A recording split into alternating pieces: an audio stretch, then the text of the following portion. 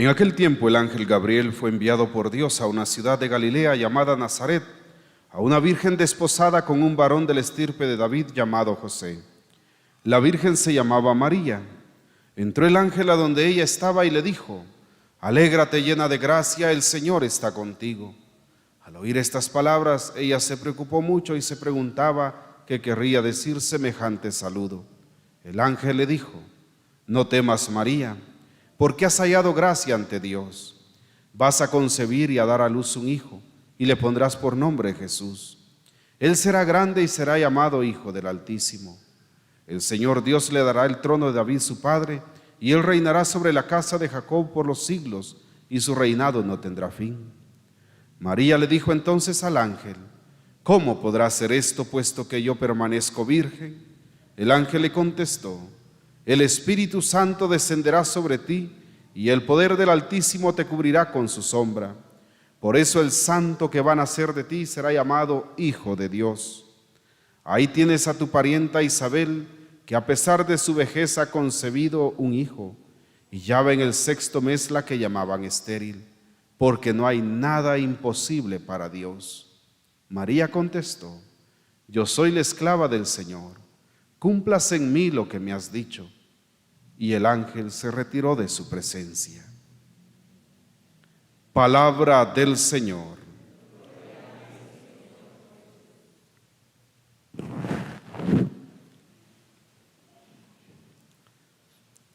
Miren nuestras solemnidades, sin coro, sin lectores, pero aparecieron los seminaristas aquí para proclamar la palabra de Dios.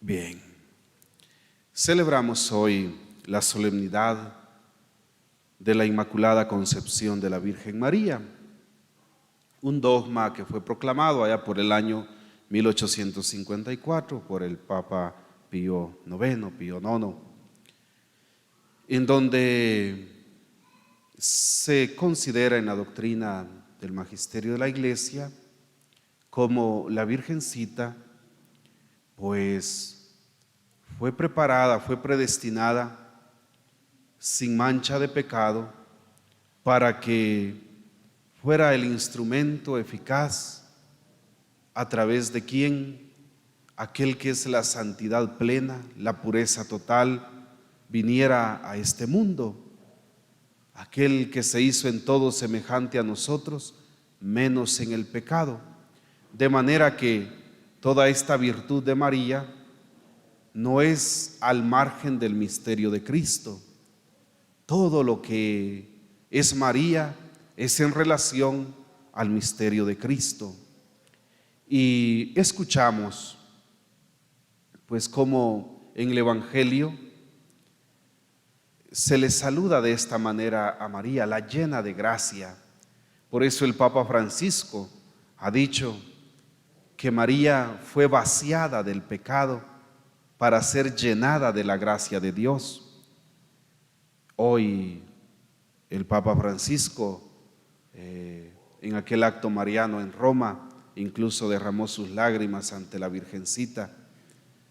Hoy es un día especial para nosotros, para venerar con este amor especial que nos debe de caracterizar hacia María, que, como hemos explicado en muchas ocasiones, pues para nosotros no es una diosa, pero es una hija de Dios extraordinaria, de tal manera que estamos llamados a venerar su santidad con una veneración especial que la Iglesia le llama veneración de hiperdulía, que es una veneración superior al resto de los santos, que no es igual a la adoración a Dios, pero tampoco es igual al resto de los santos.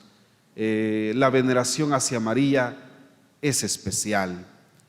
Y es especial porque ella fue la elegida por Dios, la preparada por Dios, sin que ella se diera cuenta, porque ella no buscó ser la madre del Salvador.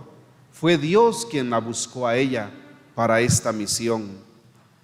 Y ella es el instrumento eficiente, eficaz de Dios para superar esta página del Génesis que escuchamos. La primera lectura que escuchamos, tomada del libro del Génesis capítulo 3, nos relata el origen del pecado.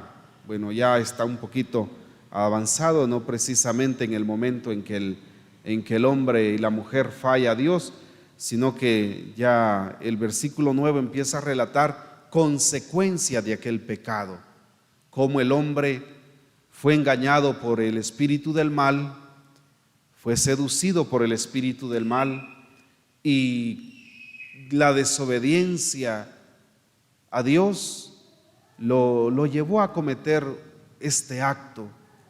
Y la página que escuchamos hoy nos relata ya las consecuencias de aquel pecado, porque todo pecado tiene consecuencias, y tiene consecuencias lamentables, tiene consecuencias de sufrimiento, consecuencias que complican la vida.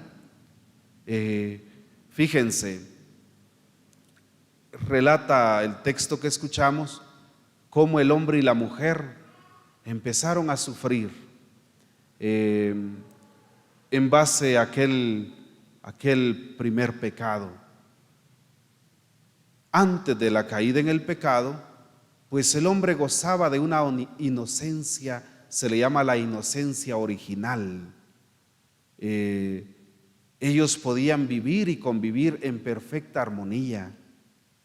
El pecado no estaba en ellos. La concupiscencia no trastornaba su mente, su mirada, su corazón. Ellos tenían una mirada pura, tenían un corazón puro. Pero el demonio se encargó de afectarlos, y estos, al atender más, Adán y Eva, al atender más a la propuesta del espíritu del mal que a la propuesta de Dios, caen en pecado. Y ustedes se dan cuenta que el hombre no fue capaz de asumir la responsabilidad de sus actos, de su acto. Llega Dios y le pregunta al hombre: ¿dónde estás? Porque es Dios el que va a buscar al hombre cuando éste le ha fallado. Nosotros decimos que nosotros andamos buscando a Dios, pero en realidad nosotros los que andamos haciendo es haciéndonos los encontradizos. Es Dios el que nos busca. ¿Dónde estás? Y le dice el hombre: mira que escuché tus pasos aquí en el jardín y me tuve que esconder porque estoy desnudo. ¿Desnudo? ¿Y quién te ha dicho que estás desnudo? Y le dice el hombre, no es capaz de decirle: mira, es que te desobedecí, ¿no? A esa mujer que me diste por compañera. Empieza a delegar la culpa el hombre. Y viene la mujer y le dice: no, es que una culebrita que apareció por ahí. ¿Cómo nos cuesta a los seres humanos asumir las consecuencias de nuestros actos, la responsabilidad de nuestros actos? Nos cuesta. Y desde aquí se hace ver eso, que somos más hábiles para delegar la culpa, para delegar la responsabilidad de un mal hecho, que para asumirla. Los seres humanos andamos siempre buscando culpables, buscando responsables. Y entonces, al final, aunque ellos no quieran asumir la culpa, la responsabilidad, les corresponde asumir las consecuencias. Todo pecado, entonces, trae consecuencias negativas para la vida de los hijos de Dios. Y bien,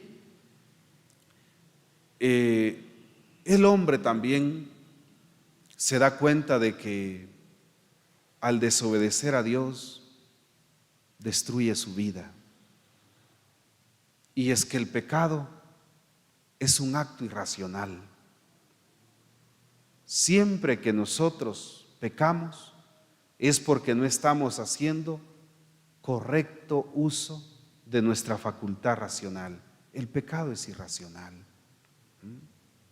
Por eso el hombre le cuesta asumirlo. Pero fíjense, toda esta página del Génesis, que está en el origen de la tragedia del pecado humano, empieza a corregirse en la página del Evangelio que escuchamos.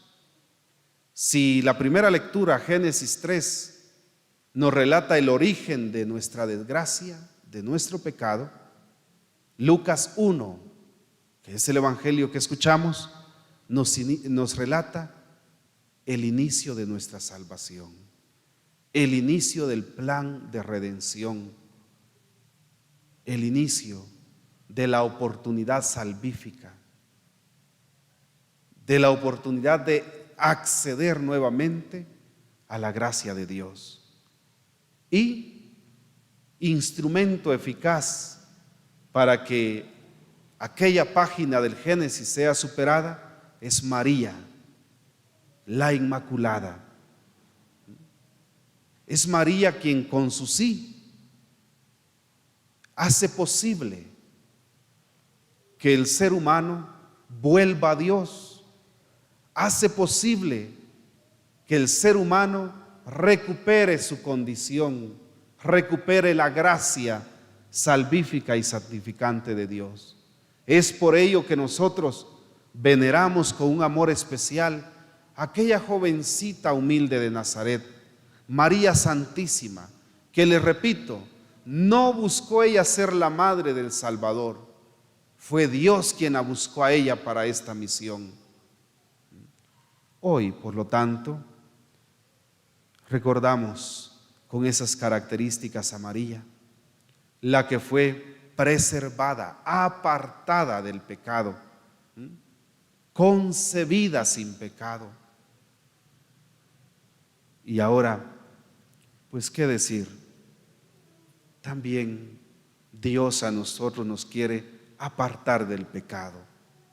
Quiere que nosotros asumamos más la página del Evangelio que la página del Génesis. Quiere que nosotros asumamos más la obra de la redención que aquella página de la caída humana. Y esto es posible porque, como dice el Evangelio que escuchamos hoy, para Dios no hay nada imposible. Nosotros también entonces respondamos a la llamada de Dios, que nos quiere apartar del pecado, que también nos quiere preservar, que nos quiere hacer partícipes de su gracia. Correspondámosle y nosotros también digámosle: aquí estoy, hágase en mí según tu palabra. Y sigamos mejor la obediencia de Jesús y María y no la desobediencia de Adán y Eva.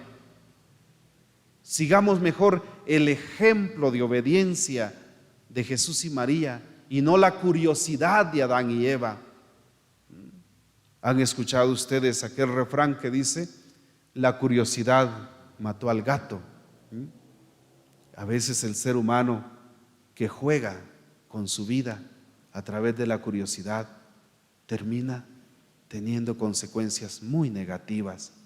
Pues hoy María Santísima nos da ejemplo de que sí es posible vivir como verdaderos hijos de Dios y que sí es posible abrazar el proyecto salvífico de Dios.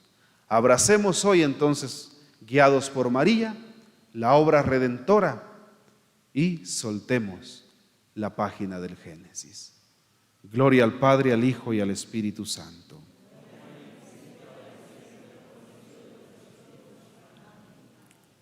Decimos ahora: por María, escúchanos.